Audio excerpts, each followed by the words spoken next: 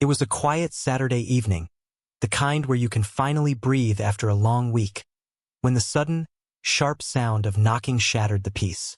At first, I thought it was just a neighbor, maybe a package delivery gone wrong, but the knocking grew louder, harder, and faster, almost urgent. My stomach tightened as I walked to the door, peering through the peephole, and what I saw made my eyebrows knit together in confusion. Two men stood there, both wearing dark uniforms with cheap-looking badges clipped to their chests, and the words HOA Police stitched in large letters across their jackets. I had lived in this neighborhood for years and had never once heard of an HOA having its own police force. Something felt off. Their posture was stiff, their expressions sharp and unfriendly. One of them, a tall man with a trimmed beard, leaned forward and called out, "Ma'am, we need to speak to you immediately about a serious violation." His tone wasn't polite. It was commanding, like I was already in trouble. My heartbeat picked up as I cracked the door just an inch. "What violation?" I asked, my voice steady but cautious. The shorter man, stockier and wearing mirrored sunglasses despite the fading evening light, stepped closer and said, "You've been reported for repeated HOA code breaches. We're here to issue a citation and escort you to the office for questioning." My head tilted slightly. Escort me? For an HOA violation? This was absurd. "I don't know what you're talking about," I replied, but my words seemed to make them both bristle. The bearded one sighed as if I was wasting his time and pulled a laminated ID from his pocket, flashing it quickly before tucking it back in so fast I couldn't even read it. "We're authorized to take action tonight," he said. My instincts screamed that something wasn't right, but before I could respond, the shorter man leaned in closer and lowered his voice just enough for me to hear. "She's alone. Now's our chance." The words froze me in place, my fingers tightening around the doorframe. My mind began racing. Who were these people really, and why were they here? I could feel the tension building in the air like a storm about to break. Every nerve in my body told me this was not a simple misunderstanding about HOA rules. This was something else entirely, and I had no idea what was coming next. My heart was pounding harder now, but I forced myself to stay calm as the two men outside grew more impatient. The taller one shifted his weight and said firmly, "Open the door fully, ma'am. This isn't optional. You're in violation of multiple HOA regulations, and we've been sent to handle this matter tonight." His words carried authority, but his tone felt rehearsed, like an actor reading from a script. I narrowed my eyes and asked, "Which violations exactly? I haven't received any letters, no calls, no emails. If the HOA had a problem, they would have contacted me officially." The shorter man scoffed, crossing his arms, and snapped, "Don't play dumb. We've got reports of illegal modifications to your property, disturbances to the neighborhood, and non-compliance with HOA standards." He pulled a small notepad from his pocket, flipping through blank pages, as if pretending to read. My suspicion deepened. The notepad had nothing written on it. He was making it all up as he went along. "If you don't cooperate," the tall one added, lowering his voice, "we'll be forced to take you in right now." Something about the way he said, "take you in," sent chills down my spine.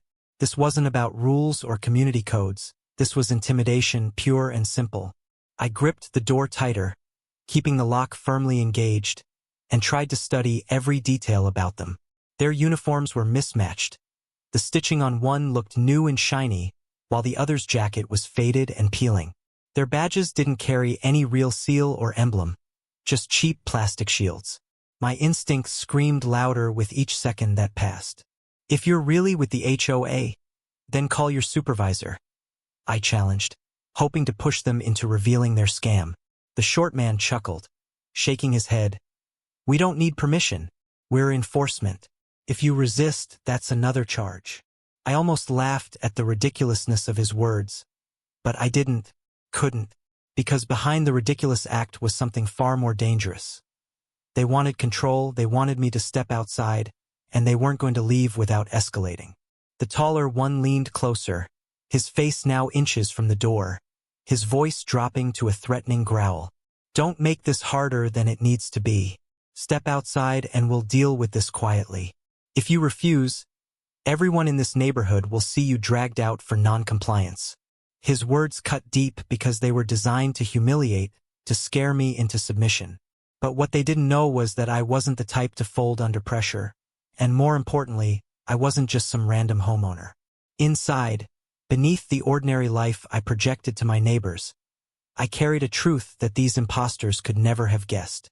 Still, I knew I couldn't reveal it yet. Timing was everything. My silence seemed to irritate them further. The short man suddenly pulled something from his belt, a pair of metal handcuffs. He dangled them with a smirk and said, "Last warning. Either come with us or we'll make you." My pulse quickened as the cold reality of their intent sank in. This wasn't a prank. This wasn't some HOA misunderstanding. These men were dangerous and determined to intimidate or even abduct me under the disguise of false authority.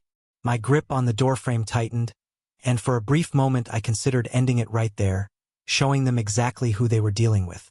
But my training whispered in my mind, patience, strategy, control the situation. I forced a calm expression and said, "If that's the case, then show me the paperwork. Show me the official notice or I'm not moving." They exchanged a glance, a flash of frustration crossing their faces, and in that single second I knew I had bought myself just a little more time. The taller one muttered something under his breath that I couldn't catch, then turned back to me with a fake smile that didn't reach his eyes. "We'll give you one more chance. Open this door now or we'll escalate." His words hung in the air heavy with threat, and I could feel the tension twisting tighter like a rope around my chest. I had to think fast because if they tried to break in, everything would change in an instant. And just as I weighed my next move, I noticed the shorter man subtly tapping his phone, as if signaling someone else. My stomach dropped. This wasn't just two imposters. There might be more outside waiting. My mind raced through possibilities, strategies, contingencies, but the one thing I knew for certain was that this was far from over. My breath was steady, but my pulse thudded in my ears, every beat reminding me of the danger standing on the other side of my door. Fear was there, creeping into my chest, whispering all the worst possibilities. What if they forced their way in? What if they had weapons? What if they weren't alone? But alongside that fear was something else, something sharper and hotter. Anger. Anger that these strangers thought they could waltz up to my home, throw around fake authority, and expect me to obey without question. I had dealt with far more dangerous people in my life, but this was my home, my safe space, and they were violating it. The shorter man's sunglasses reflected the dim porch light back at me, hiding his eyes but not the smug tilt of his mouth. He gave the door a shove, testing its strength, and said, "Stop wasting our time. You're coming with us, one way or another." My fingers tightened around the edge of the door, resisting the urge to slam it shut entirely, because closing it completely might trigger them to act more aggressively. Instead, I leaned slightly forward, letting my voice drop into a tone I used only when I wanted people to realize I wasn't someone to mess with. "I'm not going anywhere with you," I said slowly, each word clear. The taller one's jaw clenched. He reached into his jacket pocket, and for a moment my muscles tensed, expecting a weapon. But what he pulled out was a folded piece of paper, worn and crumpled. He slapped it against the glass pane of the door, pointing to a few printed lines. "Here's your notice," he said, but I could tell even from this distance that it was nothing more than a cheaply made flyer. Some fake HOA logo printed at the top and vague legal-sounding phrases scattered across the page. No official signatures, no dates, no proper formatting. "That's not a legal document," I told him flatly, and the way his eyes narrowed told me he didn't like being caught. The short man muttered something under his breath, something like, "She's going to make this difficult," and that made my anger spike higher. My mind went into training mode, observe, assess, prepare. I scanned their stance, their body language, the way they kept glancing past me into the shadows of my living room as if expecting someone else to appear. And then I caught it. A subtle flicker of movement just beyond my porch, in the dark space between my yard and the neighbor's fence. Another figure, watching. My skin prickled. So I wasn't wrong, there were more. "Who else is out there?" I asked suddenly, making both of them stiffen. "What are you talking about?" The tall one said quickly, too quickly. It's just us. I didn't believe him for a second. My phone was still in my pocket, and without moving my gaze from them, I slipped my hand down and tapped out the coded text my FBI partner and I had agreed upon long ago. 3 short vibrations for urgent danger, location tracking activated. Once I sent it, I felt a small surge of relief, knowing backup was now on its way. But I also knew that until they arrived, I was on my own. The shorter man stepped forward suddenly, closing the gap to the door, his voice low and threatening. "You're going to regret making this hard," he said. My anger solidified into cold resolve. "No," I replied, my voice firm and unwavering. "You're going to regret coming here." That seemed to rattle him because for the first time he broke eye contact and glanced at his partner. The taller one's nostrils flared, and he muttered something like, "We can just grab her now." My heart rate jumped, but I forced myself to stay rooted, calm on the outside, coiled and ready on the inside. They weren't expecting resistance, they were expecting fear and compliance. The more I defied them, the more unsettled they became, and I could use that. Still, my anger was a dangerous thing. It made me want to act fast, to end this right now, but I knew I had to wait for the right moment. Every second that passed felt like a battle of wills, the air between us thick with unspoken threats. And then, just when I thought they might make their move, a faint buzzing came from my phone. It was my partner's reply. "Keep them engaged. 5 minutes. 5 minutes." That was all I had to hold them here without letting them take control. My anger sharpened into focus. I straightened my posture, meeting both of their stares head-on. "If you're really who you say you are," I said, "you won't mind if I call the HOA right now and confirm." The taller one's reaction was immediate and telling. His eyes widened before he quickly masked it with a scoff. "We told you. This is urgent. No time for calls." I smiled slightly, a deliberate act to unnerve them, and replied, "Then I guess you'll be waiting." And that was when the shorter man's hand shifted toward his belt again, his fingers curling around something I couldn't quite see. The moment stretched out, heavy with the possibility that whatever he was reaching for could change everything. The short man's hand hovered near his belt, fingers curling like he was just waiting for an excuse to pull whatever was there, and I could feel the tension in the air stretching so tight it was ready to snap. My mind ran through every possible outcome, every tactical move I could make if they decided to rush me, but I knew one wrong step could push this straight into violence. The taller man took a slow step forward, his shadow falling across my doorway, and said in a low voice that was meant to sound reasonable but only dripped with threat, "Ma'am, this is your last chance to do this quietly. Step outside now." My grip on the doorframe tightened until my knuckles whitened, but I kept my voice calm, controlled, the way I'd learned to do in countless tense standoffs before. "You have no authority here," I told him, enunciating each word so there was no mistaking my meaning. "And if you think you can intimidate me, you've picked the wrong house." I saw the flicker of frustration cross his face before he tried to cover it, and it gave me a surge of quiet confidence. They were getting nervous people made mistakes. I shifted my stance slightly so my weight was balanced, ready to move if they tried anything. Then, without warning, there was a loud knock from behind me. My stomach dropped. The sound came from my back door. The taller man's lips curled into a smile I didn't like one bit. "Looks like my partner's here," he said. My eyes darted to the hallway that led to the kitchen, calculating how fast I could get there, how I could block the back entrance if needed. "You brought more people?" I asked, though it was obvious now that they had. The short man smirked. "We told you this was official business. We don't come alone." His words were meant to make me feel cornered, but instead they lit a fire in my chest. If they thought numbers would scare me, they didn't understand who they were dealing with. I took a step back, not to retreat, but to create space between me and the front door, forcing them to decide if they were bold enough to cross the threshold. The knock at the back door came again, harder this time, followed by a muffled voice I couldn't make out. My phone buzzed in my pocket, 2 short vibrations. My partner's code for 2 minutes away. Relief mixed with adrenaline, but I couldn't let them see it.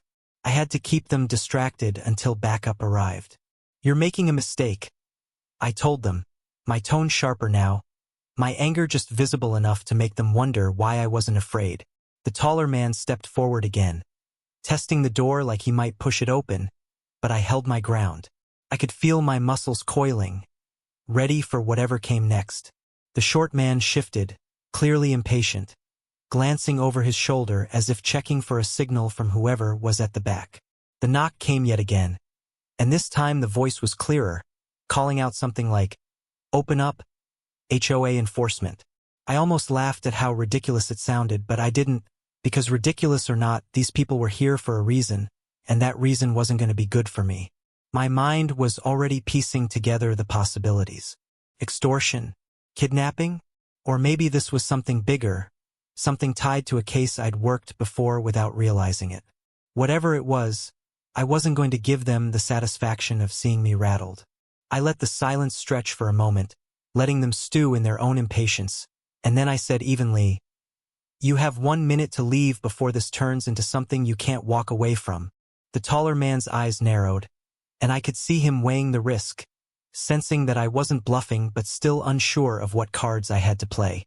The short man muttered, "Forget it, let's just take her." But before either of them could move, I heard the faint but unmistakable sound of a car pulling up outside. My pulse spiked, not from fear, but from anticipation. If that was my team, things were about to turn very quickly in my favor. I saw the taller man glance toward the street, suspicion flickering in his expression. He took a half step back, and in that moment I knew they were starting to doubt their control over the situation. All I had to do was hold them here a few seconds longer. But then, as if sensing the shift, the knocking at the back door stopped, and a shadow moved across my backyard, heading toward the side of the house. They were regrouping, changing tactics. I braced myself, knowing that the next move they made could be the one that forced everything into the open.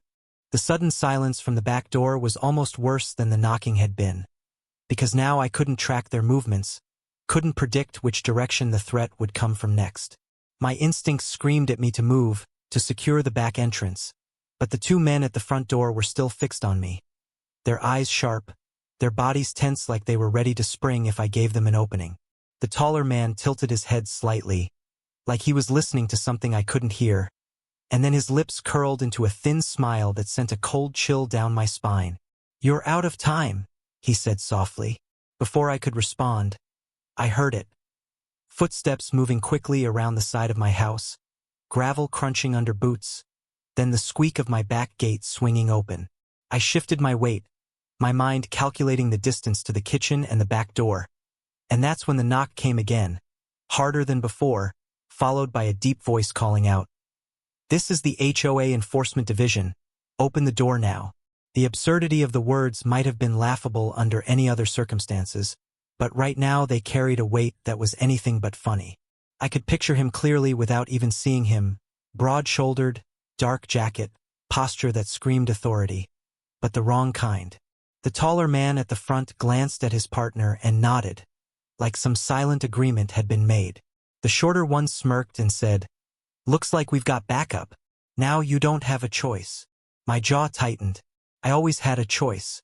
I glanced quickly toward the hallway, then back at them, my mind running through my next move. My phone buzzed again, one short vibration this time. That was my partner's signal for "We're here, but hold position." Relief surged, but I kept my face neutral. The key now was to keep these guys exactly where they were until my team made their move. "I don't care if you brought 10 people," I said firmly. "You're not coming into my house without a warrant." The taller man stepped forward, his tone shifting from fake politeness to open hostility. "Lady, you're not going to like what happens if you keep resisting." I met his glare without flinching. "Try me." That seemed to throw him off for a fraction of a second, but then a shadow moved into view through the glass of my back door. My kitchen light was on so I could see him clearly. A new man, stockier than the other two, wearing a black jacket with a patch on the sleeve that looked official at first glance. But the logo was all wrong, the letters uneven.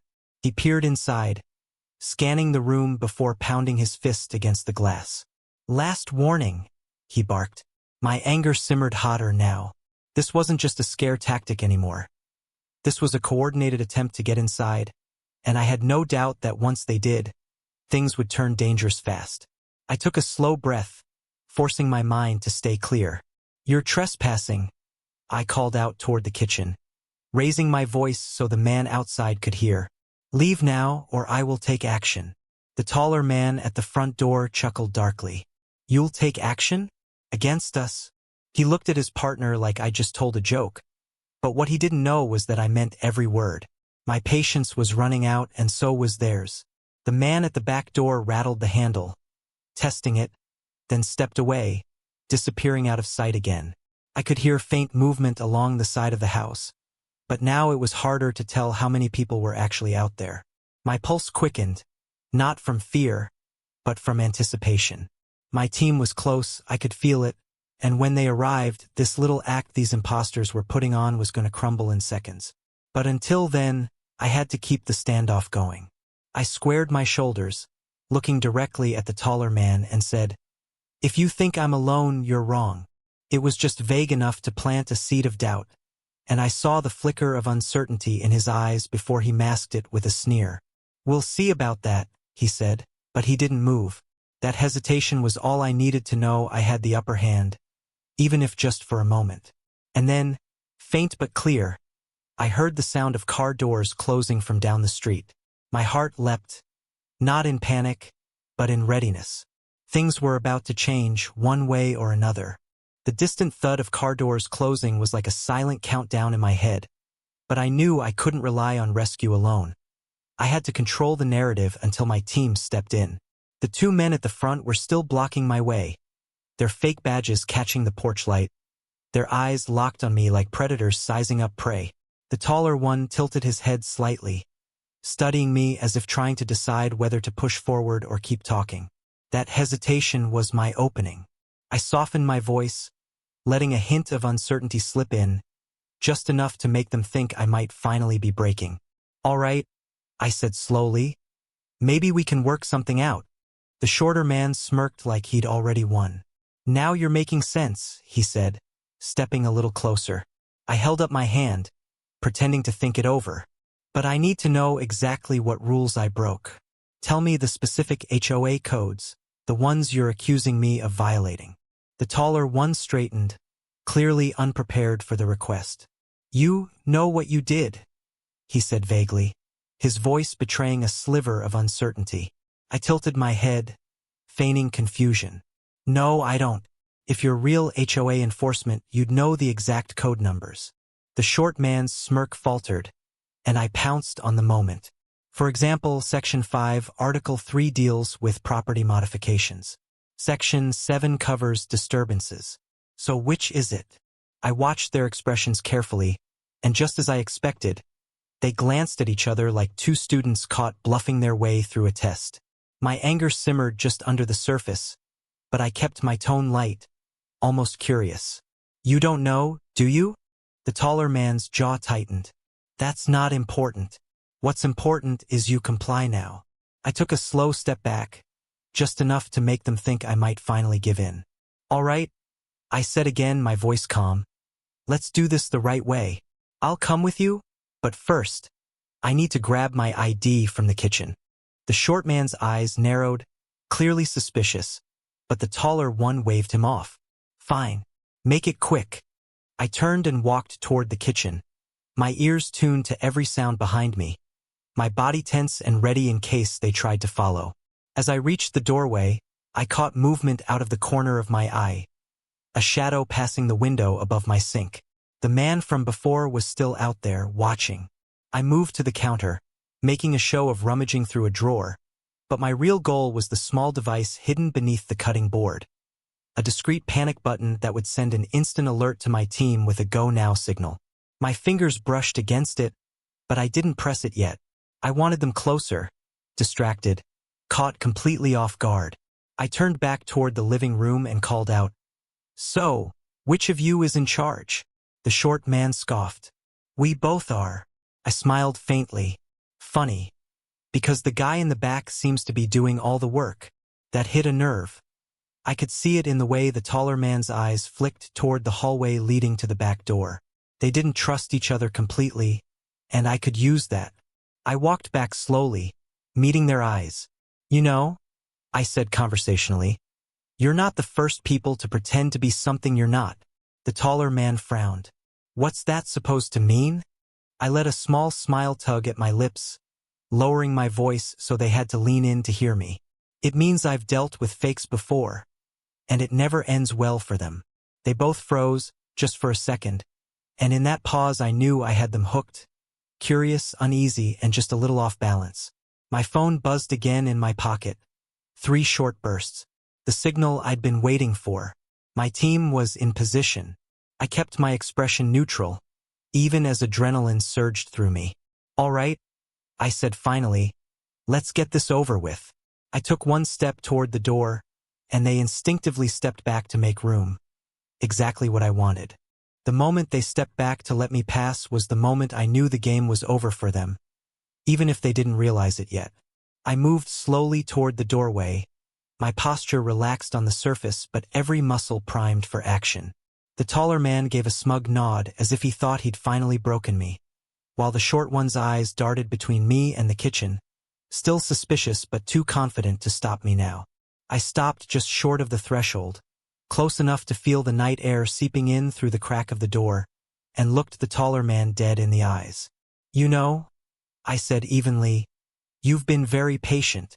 I think you deserve to know exactly who you've been dealing with.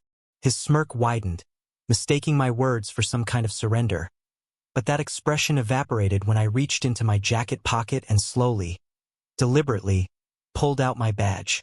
Federal Bureau of Investigation, I said, my voice cutting through the tension like a blade.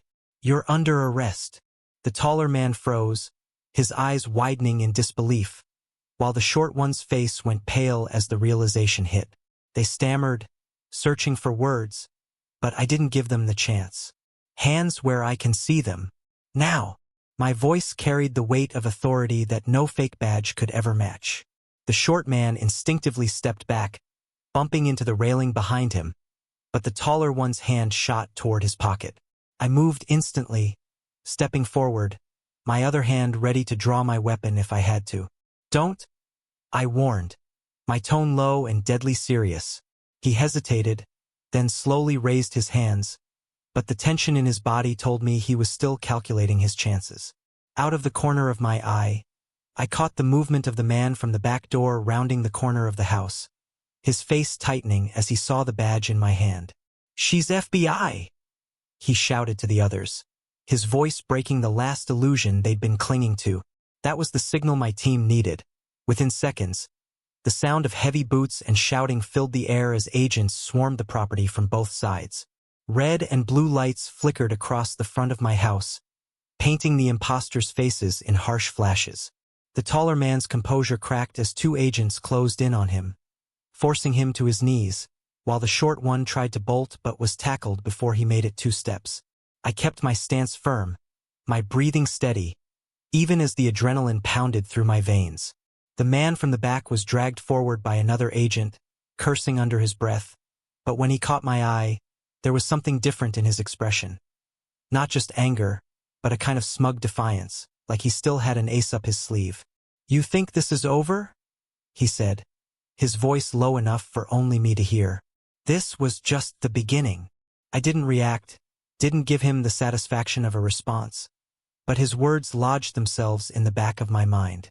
My partner stepped up beside me, giving me a quick nod of acknowledgement before taking over the arrests, reading them their rights as they were handcuffed and searched. The scene was controlled now, but my mind was already turning over the details, piecing together what I'd just witnessed. These weren't random con artists looking for a quick score. They'd planned this, coordinated it, even had fake uniforms and props. And if the man's warning was true, then this wasn't just about me. As the last of them was led to the waiting vehicles, I let out a slow breath I hadn't realized I'd been holding. The danger was contained, but the questions were just beginning, and I had a feeling the answers weren't going to be simple or safe. The flashing lights still painted the neighborhood in streaks of red and blue, but the adrenaline in my veins was starting to settle into a cold, steady awareness. The 3 impostors were in custody now, restrained and guarded by my team, yet I couldn't shake the words the man from the back had whispered. This was just the beginning. I was about to head inside when the faint rumble of an engine drew my attention to the far end of the street. A sleek black SUV rolled slowly toward us, its tinted windows making it impossible to see inside until it stopped directly in front of my house. My partner moved instinctively, hand resting on his holster, but I raised a hand to hold position. The driver's door opened, and out stepped a man I recognized instantly. The HOA president himself, Leonard Graves. He was dressed immaculately in a tailored suit, his expression calm, almost smug, as if arriving at some social event instead of a crime scene. "Agent," he greeted me smoothly, his voice carrying a practiced charm. "I heard there was some disturbance at your residence. Thought I'd come see for myself." My eyes narrowed. "You mean the disturbance you orchestrated?" His smile didn't falter. "Now, why would I do something like that?" Behind me, one of my agents muttered something about him not being on any list of suspects, but my gut told me otherwise. Graves glanced at the three men in cuffs, shaking his head like a disappointed parent. "Such a shame," he said. "They acted without proper guidance, clearly. A misunderstanding, I'm sure." I stepped closer, lowering my voice so only he could hear. "Cut the act, Leonard. They didn't just happen to target me. They knew exactly who I was, and they came prepared." His eyes flickered with something, amusement, maybe even pride. "You're good," he admitted softly. "Better than most. But you have no idea how deep this goes." My partner stepped in, asking if we should take him in for questioning. But Graves merely raised his hands slightly, palms open, as if to show he was unarmed. "I'm just here as a concerned citizen," he said aloud, his tone suddenly performative for the gathering neighbors watching from their porches. Surely the FBI has better things to do than harass a man for checking on his community. It was a smart move, without hard evidence tying him to the impostors. Arresting him here would only make us look overzealous. Still, his timing, his calm demeanor, and the fact that he'd shown up right as my team secured the scene all screamed of someone who believed he was untouchable. "We'll talk soon," I told him, my voice even but laced with warning. His smile widened just slightly, like he was looking forward to it. As he turned to leave, he leaned in close enough for only me to hear and whispered, "Be careful where you dig, Agent. Some roots run deeper than you think." He stepped back, gave a polite nod to my partner, and returned to his SUV. The engine roared to life, and he drove off slowly, disappearing into the darkness as if he'd never been there at all. I stood in the cool night air, watching the taillights fade, my mind already spinning through the implications. This wasn't over, not by a long shot. Whatever Graves was involved in, it was bigger than fake HOA enforcers. And if he'd sent them after me tonight, it meant I was already in the middle of something far more dangerous than a neighborhood dispute. My partner came up beside me, his tone low. "You think he's the one pulling the strings?" I didn't take my eyes off the street. "I think he's one of them," I said. "And if I'm right, we're about to step into something huge." The night was quiet again, but the quiet didn't feel safe. It felt like the pause before the next move in a very dangerous game.